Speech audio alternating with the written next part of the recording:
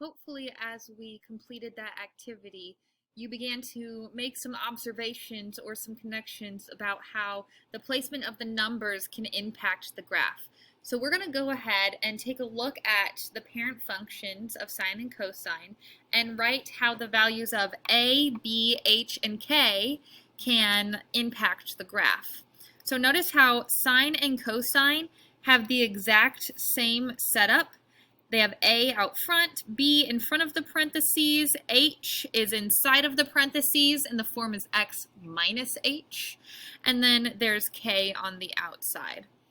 The only difference between when we're looking at these is that their patterns are different. So this should go origin, max, x-intercept, min, x-intercept, and cosine should be max, x-intercept, min, x-intercept, max. Okay? But the ways A, B, H, and K affect the graph are exactly the same. So the first thing I want to talk about is the A value. So if A is positive, so if I just have a positive value, it's going to be our regular pattern.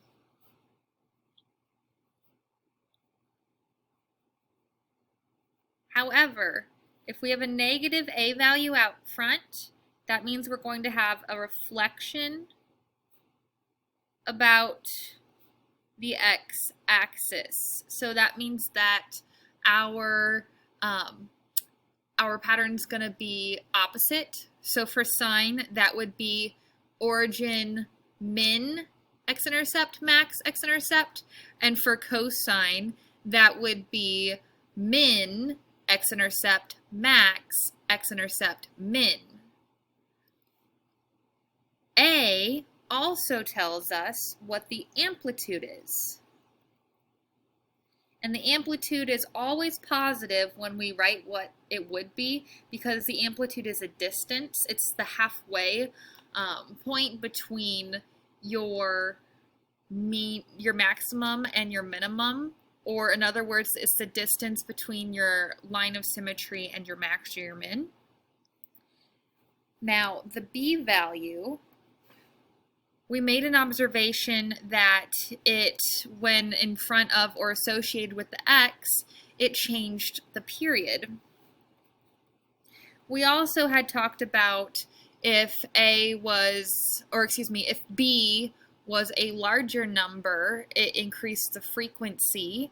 So we had a lot more graphs closer together, like this right here. When we increase the frequency, it looks closer together. If we were to decrease the frequency or slow it down with a compression, they would be much further apart. So frequency and the period length, I would say. The period, it turns out there's an equation we can use to find it, and that equation is 2 pi over the absolute value of B. So instead of playing the guessing game like, oh, how do you think we can write the period length, like what we were doing here, we can actually solve for it. H is our horizontal transformation. Remember, that can also be called a phase shift, meaning we're just moving left or right. But because, you got to be careful with this, because it's the form x minus h, if it looks like x minus a number in the parentheses, you're going to move right. And if it looks like x plus a number, you're going to move left, because you would have to subtract a negative number to move it left, and 2 negatives makes a positive. That's why it looks like that. So that can be a little bit confusing. K is pretty straightforward. That's our vertical transformation. So if it's plus some number, we move up. If it's minus some number, we move down, and that will be on the outside of our equation. So now we're just going to practice writing the equations given a couple of scenarios, and we're going to use the information we just talked about in order to do this. So number 1 says the graph of y equals 1/3 cosine of 2x that is shifted up 4 units. So since it's shifted up, that means that we've identified a k value. And k would be plus a number if it's moving up minus a number if it's going down. So our equation would be y equals 1/3 cosine 2x plus 4.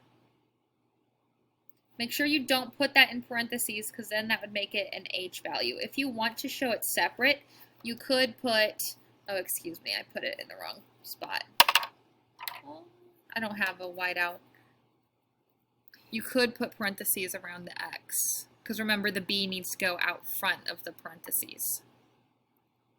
But you didn't have to do that. Let's take a look at number 2. So now it says that we have this equation and we want to shift it left 4 units. So when we have left or right, that's an h value. And be careful because of the expression. It's x minus h. So we should have y equals 8 sine of 1/2 is b, so it goes on the outside, and then in parentheses, x minus a -4, because left is a negative movement. So if it's x minus a -4, that becomes plus 4. And then we would have no k value, so we're going to leave it like that. Number 3 says the graph of y equals 2/3 cosine of 3x reflected over the x-axis. So what could cause a reflection about the x-axis? Well, that would be having a negative a value. So all we have to do is just put a negative right there.